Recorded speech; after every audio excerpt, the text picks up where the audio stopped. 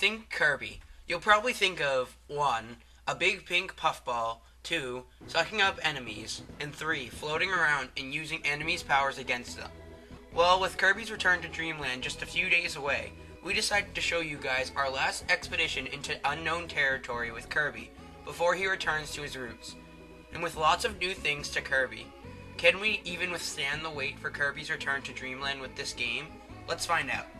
Well, let's begin with the story.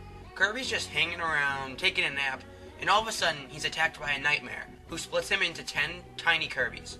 Only one is left, and in pieces, he can't use his trademark powers.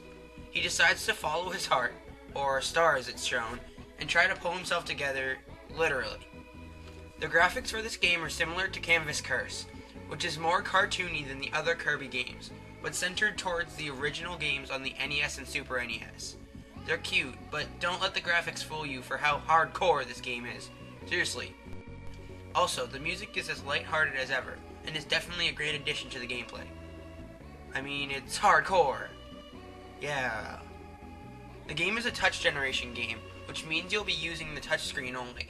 You'll flick, drag, and tap Kirby into position during puzzles and fights, and everything works responsively, and all the deaths that occurred were my fault.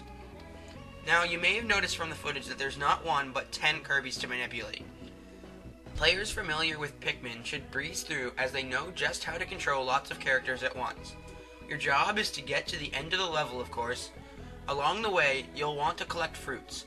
With 100 pieces, you'll gain a new Kirby, with a max of 10 Kirbys being available. Lots of puzzles, enemies, and even the boss battles demand a certain number, so you'll definitely need to collect as much as possible.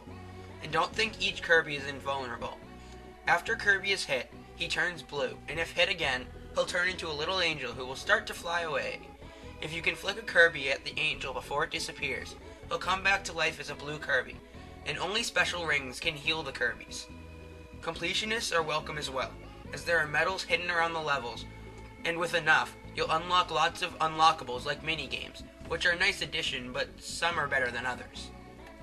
Kirby Mass Attack is a fantastic game. HAL Laboratory has another hit on their hands.